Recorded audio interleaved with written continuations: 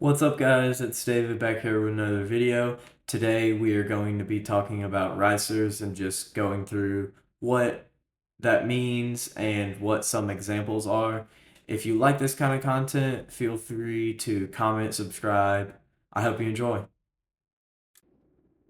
So the first question is going to be, what is a riser?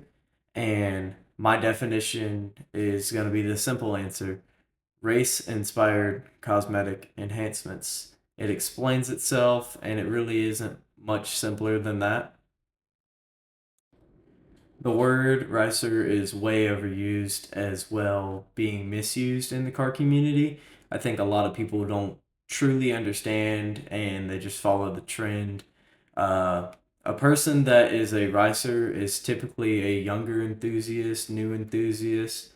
And I'm saying typically for a reason because some people never really grow out of that stage. They're not a quotations real car enthusiast. I say that because and I hope that you know that 3M taping a hood scoop from AutoZone is not a real mod, and that is just one of the common ricer mods. And a ricer can really do anything but actually mod their car. Like, they'll do anything but actually mod their car, and they won't do anything to actually add horsepower or be functional. TikTok has made it really easy for people to just follow trends and not doing things that your car that actually matter, doing cheap stuff to your car. There's a big difference in someone who knows cars and like somebody who's into cosmetics of cars, like stance and builds for shows. And those cars are cool, they're fine. I have nothing wrong with those, but I'm not okay with somebody taking a $50 pack of stickers and a wing, throwing it on a Corolla, and then saying, "Hey, I'm a car guy." Like, yeah, you might be into cars, but you need to be led into the right direction, and that's why hopefully you're watching this video, and I'm not trying to hate or anything, but I just want to get this information out there so everybody is well informed and can make a decision based off of that. Take my opinion for what it is. It's an opinion. So, yeah, you can also be into cars and drive a boring car. Like, you can drive whatever, a Camry, Nissan Altima, Sentra, whatever you want, a Honda Accord, Honda Civic, whatever you drive, it doesn't really matter. But you can always be into cars, go to shows, go to meets, and just look at other people's cars and get inspiration from it. And you can save your money up for a car that you really want and has a platform and that's something that's worth spending to you. With all of that set aside, let's go through my personal list of the main Ricer mods and a couple bonus things at the end. First is gonna be a big wing or spoiler, chassis mount, whatever you want to call it. They can be useful for racing, or they can just be for OEM cosmetics, like my blue RSX that is being shown right now. It has a Type R wing on it, and that's just cosmetic. It's not really doing anything. It's just fiberglass. So um, people like to throw GT style, like I can show a picture of it on screen. And they'll just throw it on anything, your Corollas, your Maximas, all your basic economy boxes. They're just gonna throw it on that. Here's a couple of pictures of functional spoilers on cars. And let's just go ahead and get into the next one. This next one's going to be a little bit controversial, and you'll see why. It's a case by case basis mod. Um, Really, I'm going to be talking about muffler deletes, straight pipes, fart can mufflers, stuff like that. And the reason that I'm saying it's case by case, we all know that a straight pipe Cam LS is not the same as a straight pipe Camry. So if your car isn't a quote sports car, you really shouldn't modify it, especially the exhaust, something that everybody else is affected by. Don't really go out there and devalue your mom's minivan by deleting the muffler. Don't devalue your grocery getter. Like, it's cool to have a daily driver that's cool, like an RSX. It's a perfect daily driver if you're not having kids and you don't have to worry about the two-seater problem. But most people who do straight pipes on four cylinders and V6s, they think that it sounds good. They're seeking attention. Like, either way, it's case by case. Obviously, you're gonna know if somebody's trying to seek attention. I have had my car straight pipe personally, and I realized that crap is dumb. It's obnoxious. It's raspy. Like, at least at the bare minimum, have a muffler and resonator on a four cylinder. And I have learned that even on a K series, which I really love the sound of. I have learned that a muffler is way better and it's different from my K20 to just a regular Honda Accord V6 or whatever you're gonna have with just a muffler. You just gotta go case by case. It's cool to have your car be a little bit louder if that's what you like, but don't be so obnoxious where it's clapping. Like I hear a lot of trucks that clap, even a lot of four cylinders and V6s that just they have so much rasp. It's so bad. My third thing is gonna be really anything that is 3M'd onto a car, even stickers. So like hood scoops, canards, front lips, aero, like side skirts, and people don't understand what the point of things like this, like arrow, is like canards. You can take canards for example. Canards, front lips, side skirts, all of this stuff can be used to create downforce, to create, excuse me, to create downforce and have the tires glued down to the track in a sense, like keep it down, and that way you can go create more traction so you can go faster and cut through air cleaner and you can go faster around turns. And that's the main thing about having spoilers and wings and aero so you can go faster around turns and stuff like that at really high rates of speed. um,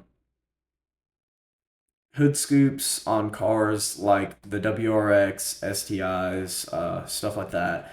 They make sense because they have a top mounted intercooler, and even if you have a hood scoop on a non top mount intercooler car, it's fine if you're going to have like an intake there or like old carbureted vehicles. They have their intake on the top most of the time, sometimes. But as long as it's functional, that's not really a big deal.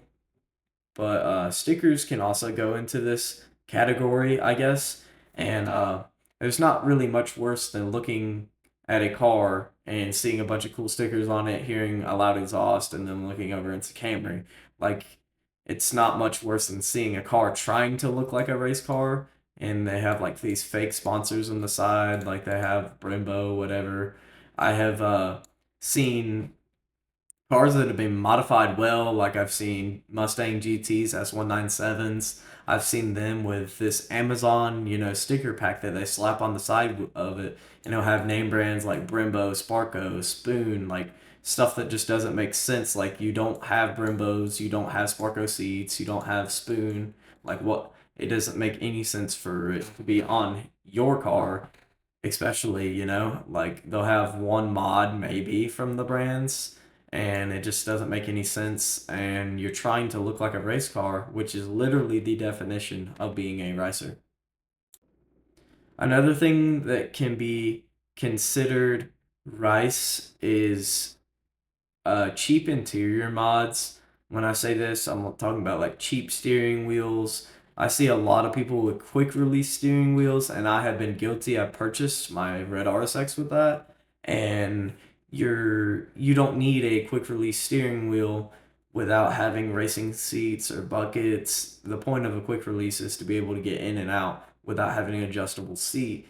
And I mean, cheap interior mods can also follow under fake knockoff seats. There's like fake NRG seats for some reason. There's fake Sparkos. There's if it's too good to be true, you really don't need to be buying it. It doesn't really make any sense to buy.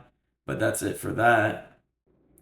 Let's talk about some things that are said that it's rice, but it technically isn't, or just a list of mods that are common and they don't need to be common. They really shouldn't be in the car scene. A lot of things that you're going to see that are cheap, tacky, and end up going a lot on these cars that have these ricer mods like spoilers, stickers, hood scoops, canards, exhausts, like when I say exhaust, straight piped. all these like obnoxious things to make their car stand out. They have these common mods that aren't technically rice, but they follow under the ricer, and people call them ricers with these mods.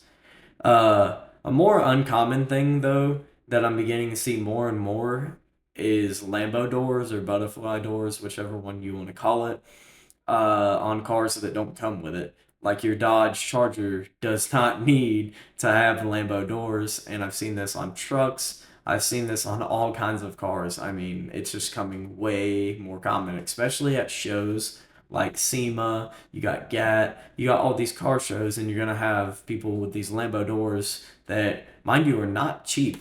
These things are not cheap for some vehicles. You might have to custom fab it, you might have a kit, whatever it is, these things are not cheap.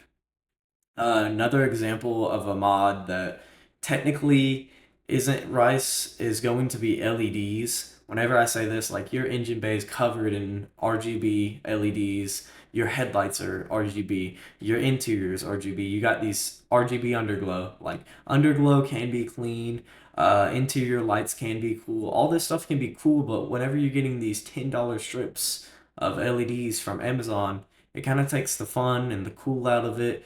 And yeah, I mean, it's just a cheap mod that's super common. It's the target demographic of ricers and loose car enthusiasts.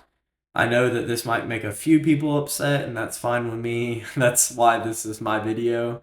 Um, Another thing that I'm starting to see less of it is going to be spray painting interior. Like I've seen people splatter spray paint. I've seen just spray painted trim.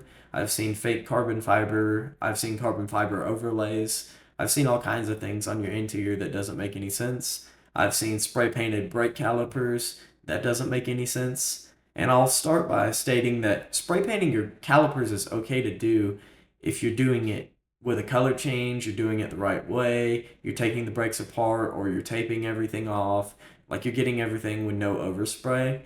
And just spray painting your interior is becoming less common as well because of it's not as popular since it was in the early 2000s with the early Fast and Furious days. It was very common, and there's not really much else to say about that. And lastly, we're going to talk about up badging or fake badges. Up badging is whenever somebody takes a lower trim car and puts the higher trim badges on, hence why it's called up badging. You're up badging your car. So, like taking an EcoBoost Mustang and you're putting 5.0 badges, Cobra badges, like you're putting all these things on it that don't belong on it. And the biggest problem with doing this for me is the fact that the people that know what you're doing are the ones that you're trying to impress. Like the regular people are not going to see a super snake on the side of your Mustang and be impressed. They're just going to see a Mustang. Like, does that make any sense? And like I'm saying, the people that are going to look at your EcoBoost that you've put on the GT350 symbols on and all this stuff, then they're gonna know what it is because, excuse me, the car enthusiasts are gonna know what it is because they can look at your bumpers and tell that you don't have GT350 bumpers. And I've seen this a lot with Mustangs, especially. I've seen it with some Subarus. I've seen Imprezas with STI wings and badges, and you can tell whenever they have their hood pop that it's obviously a non-turbo and that they don't need that. And yeah, that's kind of it for up badges. I really don't have much else to say about that. I appreciate everyone for watching this video. If you have any comments, please leave them down below. If you like this kind of content where I'm just recording over footage and just discussing anything, if you have any recommendations for videos, please put them in the comments. I read them all. I try to reply to them all. Yeah, thanks for watching. Peace.